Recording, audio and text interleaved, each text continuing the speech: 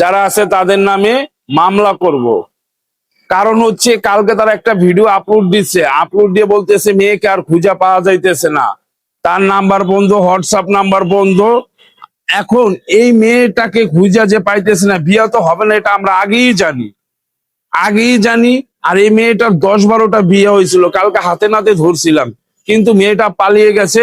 যারা এই মানে র্যাকটা চালাইতেছিল তাদেরকে লাস্টে ধরা পড়ছে, তাদেরকে ধরছি। ধরার পরে আকাশ ভাই ওইখানে ছিল আর আমি ছিলাম। এই গেঞ্জিটা দেখবেন আমার গায়ে দেওয়া ছিল কালকে। আকাশ ভাইয়ের ওইখানে আমি যখন আমরা ভিডিও করতেছি তখন অনেক ধাক্কাধাক্কি হয়েছে, আমার মোবাইল টাইনে নিয়ে যাবে। আপনার আকাশ ভাইয়ের ভিডিওতে দেখবেন যে আমার মোবাইল অনেক টানাটানি করতেছে, কারণ আমরা দুইজন মানুষ ছিলাম ওইখানে। এই কারণে অনেক কিছু হয়েছে। যাও, তারপরে ভিডিও করে আপলোড করছি। আপনারা এই ভিডিওটা শেয়ার করে দেবেন, দ্রুত মানুষকে দেখার সুযোগ করে দেবেন। আর আপনাদের মতামত কমেন্ট বক্সে জানিয়ে যাবেন যে মামলা করলে কি এদের বিরুদ্ধে ভালো হবে কিনা। কেন মামলা করব?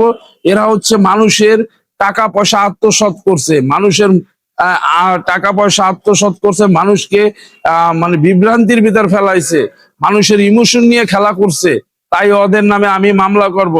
আর আমি দেশের সরকারকে বলতে চাই যে এই ব্যাপারটা আপনি দেখবেন, মানুষের কোটি কোটি মানুষের ইমোশন নিয়ে এরা খেলা করছে।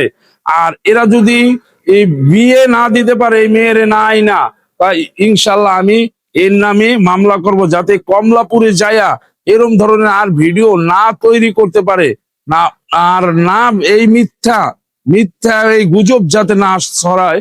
এই জন্য আমি তাদের নামে মামলা করব। কালকে আমার সাথে অনেক হাতাহাতি করছে, এর জন্য মামলা করব। সবাই ভিডিওটা দ্রুত শেয়ার করে দিবেন, সবাইকে দেখার সুযোগ করে দিবেন। আল্লাহ হাফেজ।